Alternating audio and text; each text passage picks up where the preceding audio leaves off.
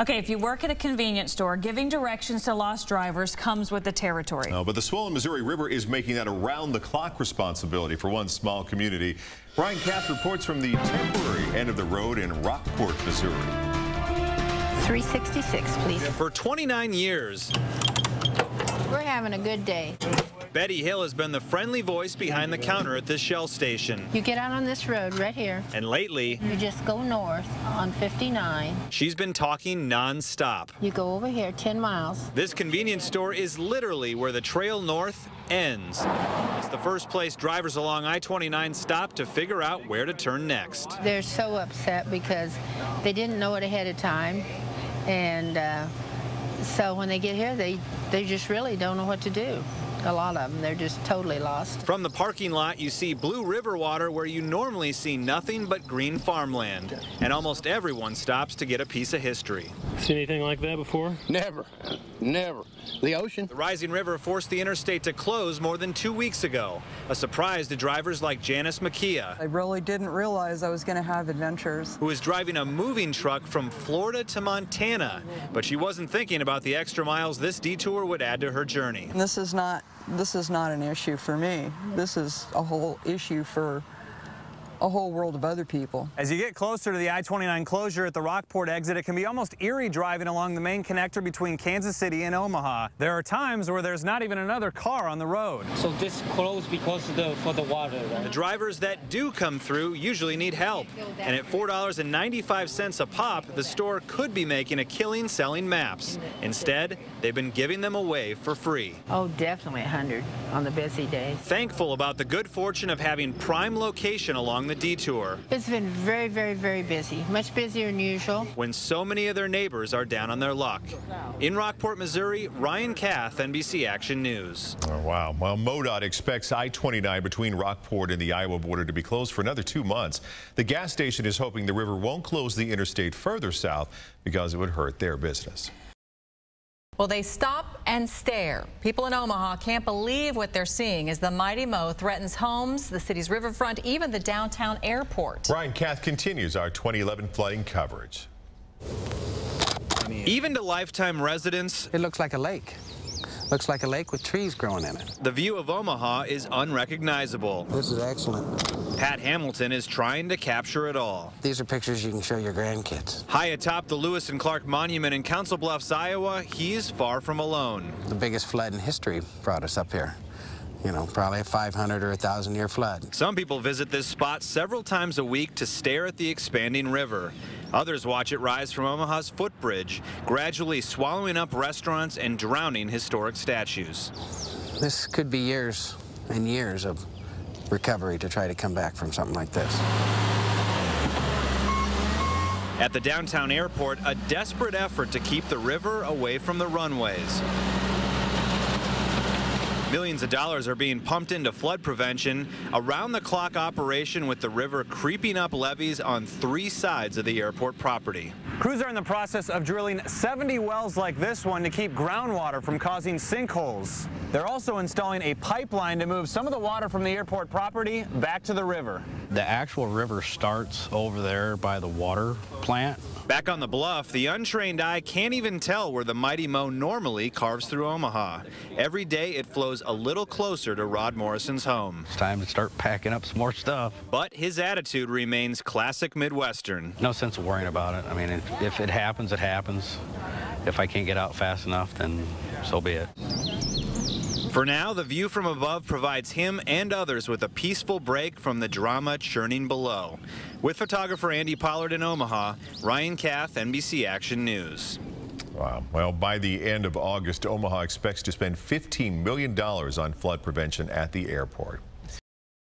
Millions of gallons rushing toward Kansas City. A South Dakota dam is the last point of resistance for the rising Missouri River. Now, it's releasing water at a historic rate. Kath continues our 2011 flood coverage now.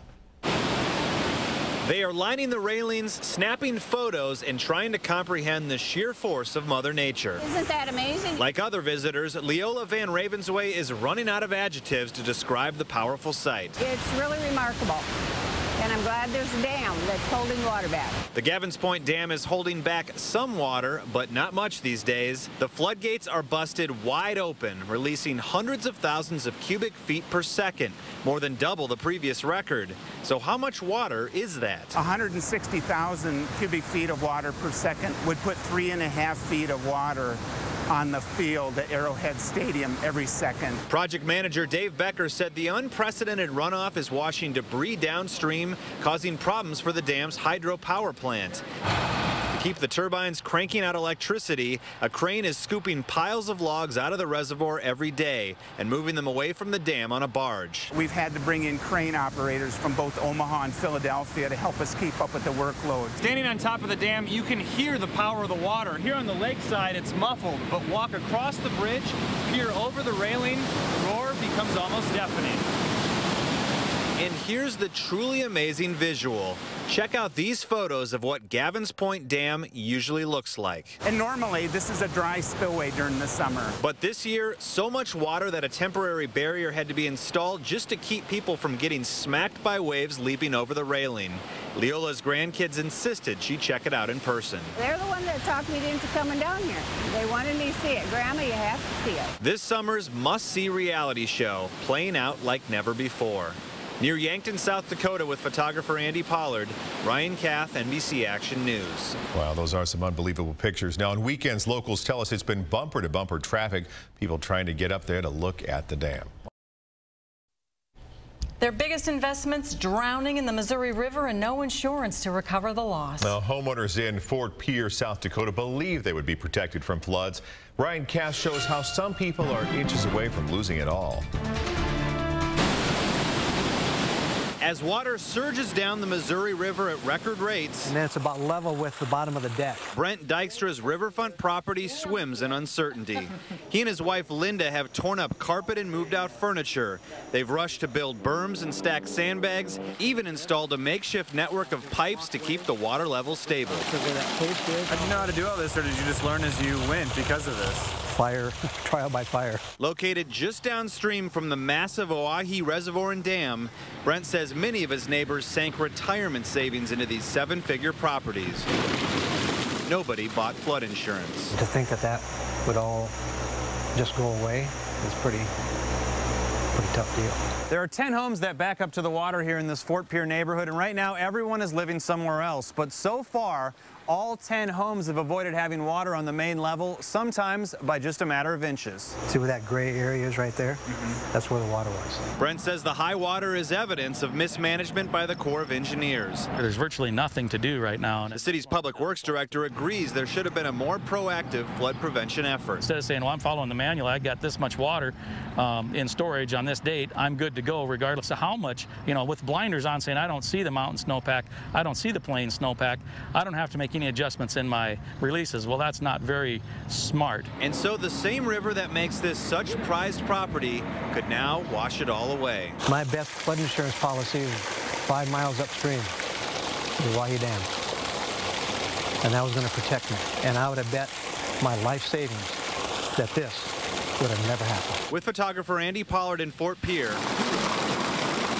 Ryan Kath, NBC Action News. Wow. The last flood in Fort Pierre was in 1952, before the government built that dam. The Dykstra's neighborhood is not classified as a high-risk area on FEMA's flood maps.